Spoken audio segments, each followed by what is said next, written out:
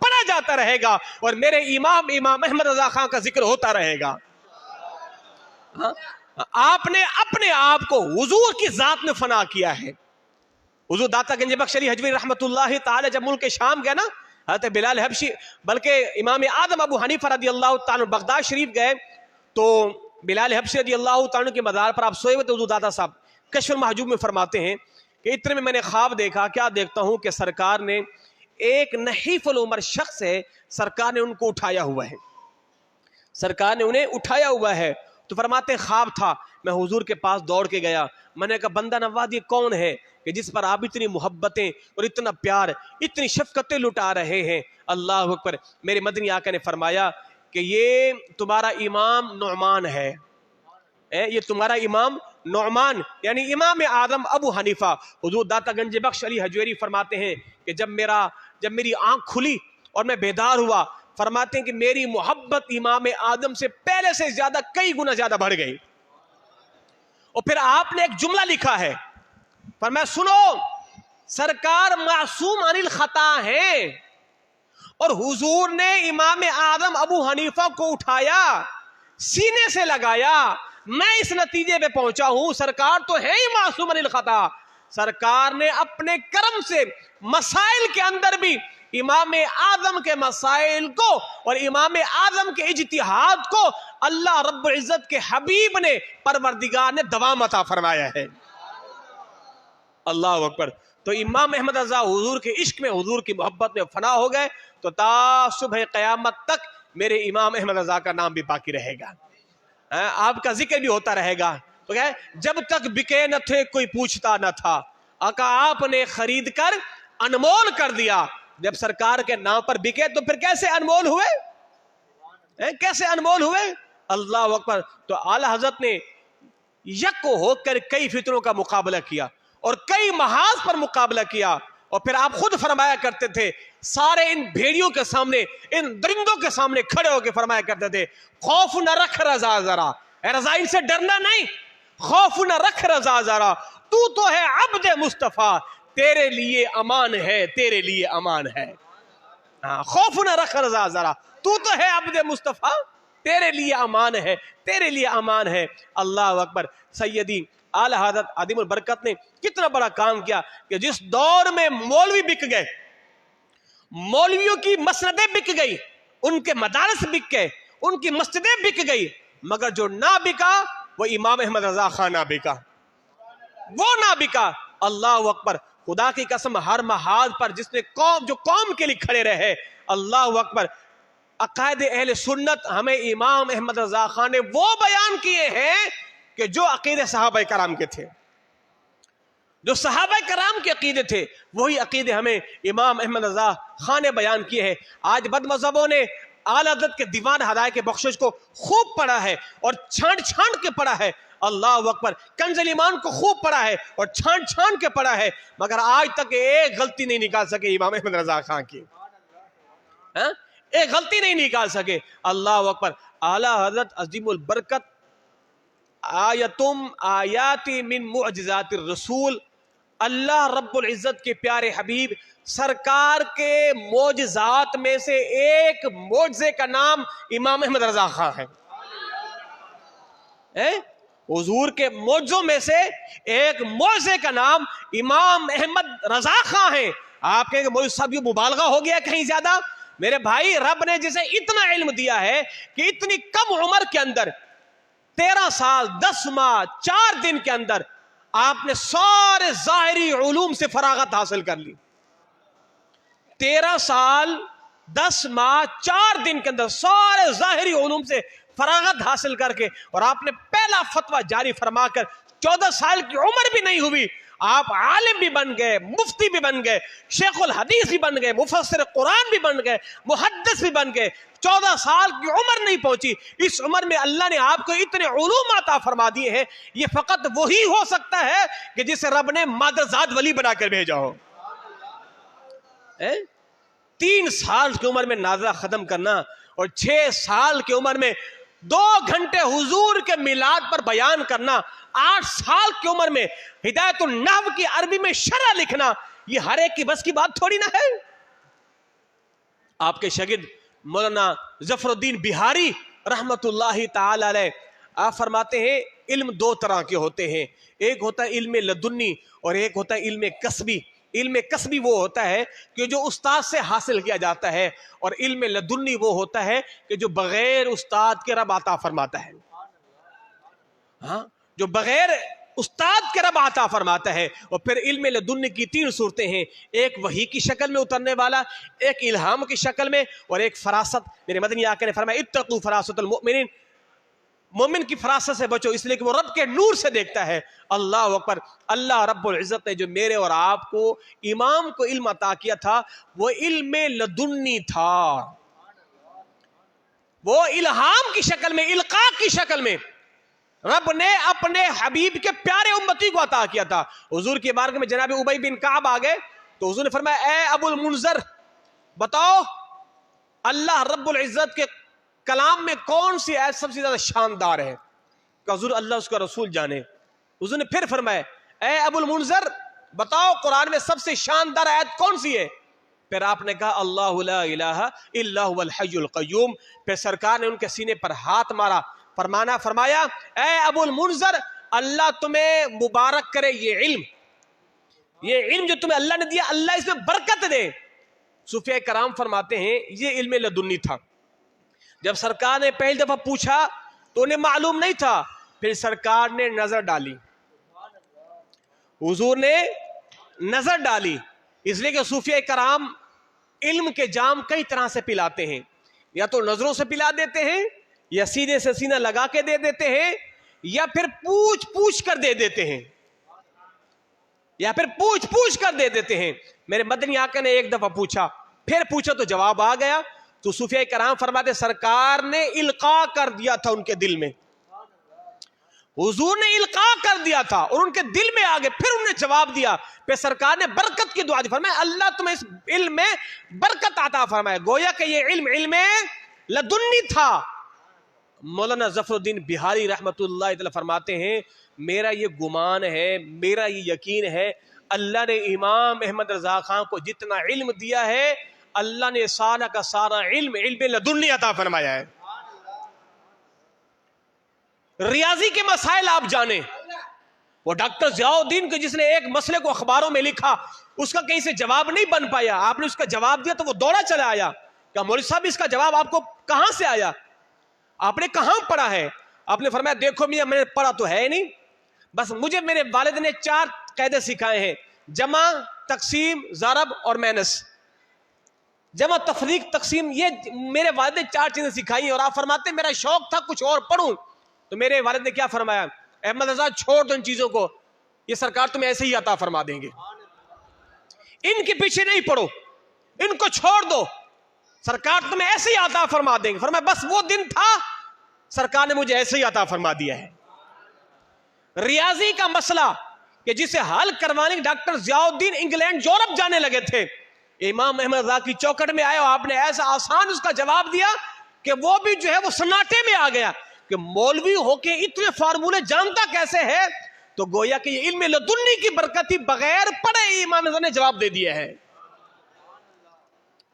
بغیر پڑھے آپ نے جواب دے دیا ہے۔ اللہ اکبر۔ علم فقہ ہو، علم حدیث ہو، علم جفر ہو، علم ریاضی ہو، علم توقیت ہو، علم حدیث ہو، اللہ اکبر۔ سیدی اعلی حضرت آپ فرماتے ہیں کہ الحمدللہ فقیر کے مطالعے میں ہمیشہ 50 سے زائد احادیث کی کتب رہتی ہیں، 50 سے زائد احادیث کی کتب۔ یارو اس دور میں اگر کوئی مئی کا لال 100-200 کتابیں بھی لکھ کے دکھا دے بڑی بات ہے، اس لیے کہ آج کا دور ٹیپنگ کا دور ہے، آج کا دور بڑا فاسٹ دور ہے، آج کا دور قلم کا دور ہے۔ اس دور کے اندر قلم کے اندر دواتیں خشک ہو جاتی تھی، صحیح منگوانی پڑتی تھی، قلم خراب ہو جاتے تھے۔ قربان جاؤں اپنے امام پر کہ جنہوں نے اپنی زندگی کے اندر 1000 سے زائد کتب تصنیف فرمائی ہے، اور سب سے بڑا شاہکار، سب سے بڑی آپ کی کرامت کہ 22,000 سے زائد صفحات پر مشتمل آپ نے فتاوی رضویہ شریف لکھا ہے۔ اور قربان جاؤں آپ ایک مسئلے کا جواب کبھی 10 صفحوں میں دیتے تھے اور کبھی ایک فتوے کا جواب 2 صفحات میں دیا کرتے تھے، جن کی علمیت کا عالم یہ ہے۔ اور آپ نے ایک جگہ پر 6 گھنٹے بیان کیا، علم کے منبع یہ سب کچھ کہاں سے ملا ہے؟ در مصطفیٰ سے ملا ہے. یہ سب کچھ در مصطفیٰ سے ملا ہے. اللہ اکبر. آپ کے شاگرد فرماتے ہیں کہ اعلیٰ حضرت شریعت کے کتنے متبع، کتنے پابند. فرماتے ایک دفعہ ایسا ہوا کہ جماعت کھڑی ہونے والی تھی، ٹائم بہت مختصر تھا اور اعلیٰ حضرت تشریف لا رہے تھے. ہم نے کہا وقت میں قلت بہت ہے. اب ہم دیکھتے ہیں کہ اعلیٰ حضرت جلدی میں آتے ہوئے کہیں مسجد میں پہلا الٹا قدم تو داخل نہیں کر دے. فرمایا وقت کی قلت ہے، وقت جانے والا ہے، شریعت کی پابندی کتنی ہے. مسجد میں آئے پہلے سیدھا قدم، برآمدے میں آئے پہلے سیدھا قدم، مسجد کے اندر آئے پہلے سیدھا قدم آپ نے رکھا ہے. اللہ اکبر. کتنی شریعت کی پابندی ہے. اللہ اکبر. اور جب آپ ہر کام سیدھے ہاتھ سے شروع کرتے تھے. علم الاعداد 786 جب اس کو لکھتے پہلے 6 لکھتے تھے، پھر 8، پھر 7 لکھا کرتے تھے. ہم تو 7 8 6 لکھتے ہیں مگر پہلے 6 پھر 8 پھر 7. اس لیے فرماتے ہیں کہ میرے مدنی آقا نے فرمایا ہر کام کو، برکت والے کام کو، عزت والے کام کو سیدھے ہاتھ سے شروع کیا کرو. کتنے متبع رسول اور دین کی کتنی پابندی. اللہ اکبر. اللہ اکبر.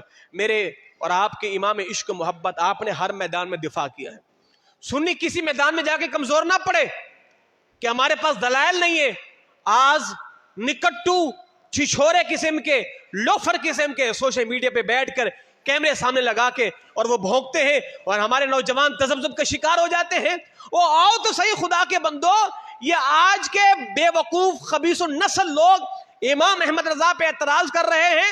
ان کے بڑے بڑے، ان سے بڑے دجال پیدا ہوئے.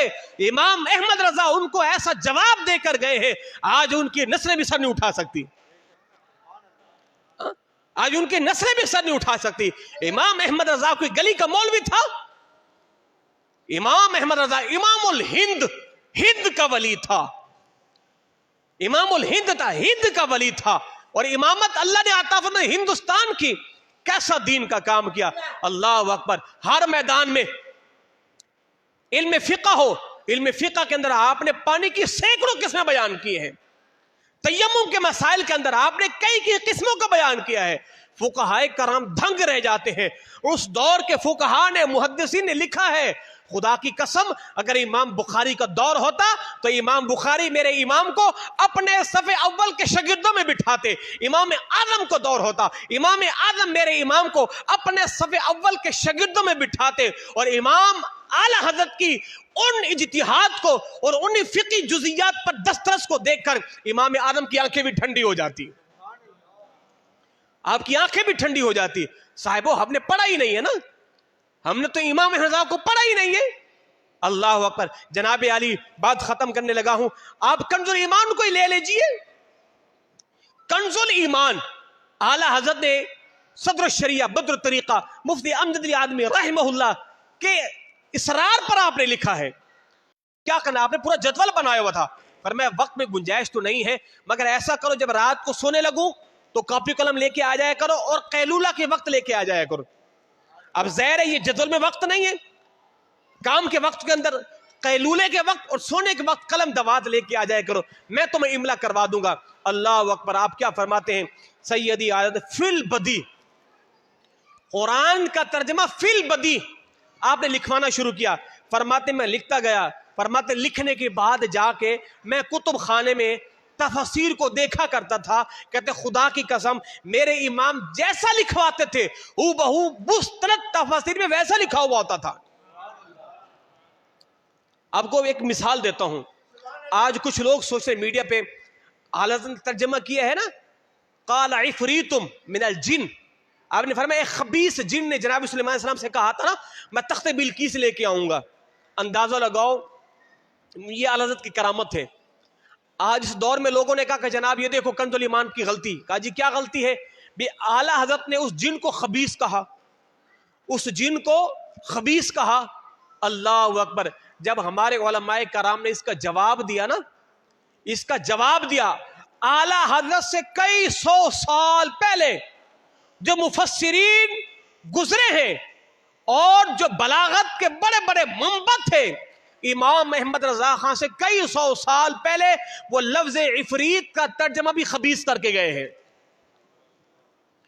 وہ لفظ عفریت کا ترجمہ خبیث کر کے گئے ہیں. اندازہ تو لگاؤ جب اعلی حضرت نے لفظ خبیث ترجمہ کروایا ہے تو آپ کے ذہن میں کتنی کتب کا ذخیرہ موجود ہوگا. آج لوگ بڑا اعتراض کرتے ہیں, بہت اعتراض کیا ہے, کچھ ہمارے نام لیوا سنی بھی تھے گمراہ ہو گئے, وہ بھی اعلی حضرت کو بھونکتے ہیں. مگر یاد رکھیے گا, جس نے امام احمد رضا کا در چھوڑا, چھوڑنے کے بعد گیا تو پھر وہ گھر کا بھی نہیں رہا, گھاٹ کا بھی نہیں رہا. یاد رکھیے گا, آپ دیکھ لیجیے گا, جس نے در احمد رضا کو چھوڑا ہے پھر وہ کہیں کبھی نہیں رہا, اس کو پھر کہیں عزتوں کی دستاروں پہ بیٹھنا نصیب بھی نہیں ہوا کہ جس نے امام احمد رضا کو چھوڑا ہے, جس نے امام احمد رضا کو چھوڑا ہے. میری اللہ کی بارگاہ میں دعا ہے, اللہ ہمیں مسلک رضا پر تا دم حیات سلامت رکھے. اللہ اکبر. اب آپ نے ترجمہ کیا تو میں پوچھا گیا کہ اے میرے آقا, یہ آپ نے ترجمہ فی البدی کیسے لکھوا دیا ہے, فی البدی ترجمہ کیسے لکھوایا ہے؟ تو میرے امام عشق و محبت کیا فرماتے ہیں, کیا پوچھتے ہو, مدنی آقا جلوہ فروز ہوتے تھے, سرکار سے پوچھتا جاتا تھا, میں تمہیں لکھواتا جاتا تھا. سرکار سے پوچھتا جاتا تھا, میں تمہیں لکھواتا جاتا تھا. بات ختم کرنے لگا ہوں. سیدی اعلی حضرت کا وہ شعر ہے نا کہ تیری سرکار میں لاتا ہے رضا اس کو شفیع جو میرا غوث ہے اور لاڈلا بیٹا تیرا. اس کا بہترین واقعہ میں سنا کے بات ختم کرنے لگا ہوں.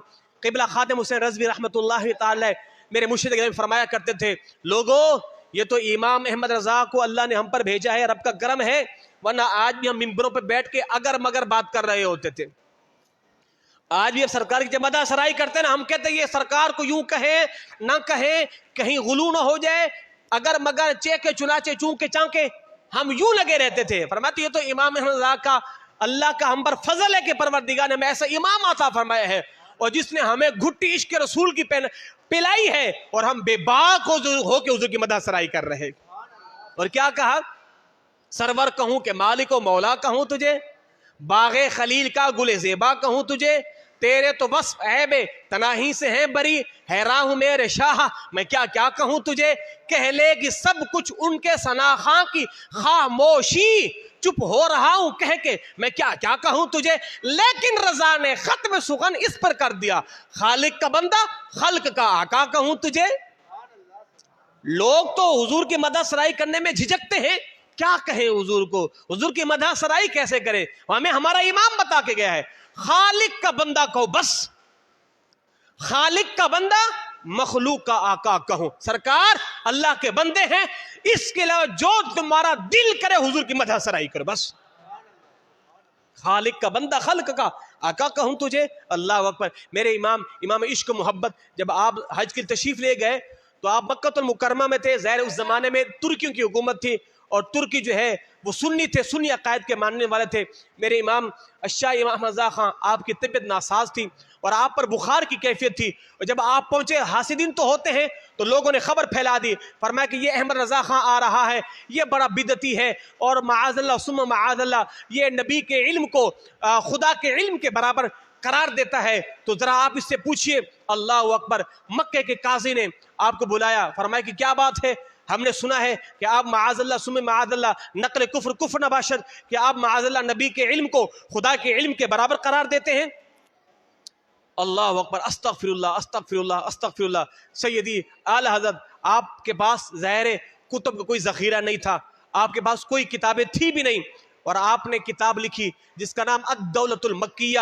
7.5 گھنٹے میں کتاب لکھی, فی البدی کتاب لکھی, بغیر کتابوں کی موجودگی کے آپ نے لکھا. لکھنے کے بعد ان علماء کو دیا, آپ نے کتابیں دی, لوگوں نے کتابوں کو پڑھا, حضور کے علم غیب پر جو آپ نے دلائل قاہرہ دیے سب کو پڑھا. پھر کیا تھا کہ مکے کے علماء میرے امام احمد رضا خان کے ہاتھوں کو بوسہ دے رہے تھے, ہاتھوں کو بوسہ دے. ابھی آپ مدینے پہنچے نہیں, مدینے میں تذکرہ پہلے ہو گیا کہ امام احمد رضا خان آ رہا ہے. اس زمانے میں سواریاں اونٹوں پر ہوتی تھی. میرے امام سیدی اعلی حضرت جب مدینے میں پہنچے تو آپ نے وہ کتاب قطب مدینہ ضیاء الدین مدنی رحمت اللہ تعالی کو دے دی. فرمایا کہ عرب کے علماء آئیں گے, ان کو دکھانا اور ان سے اس پر تقریر لکھوانا.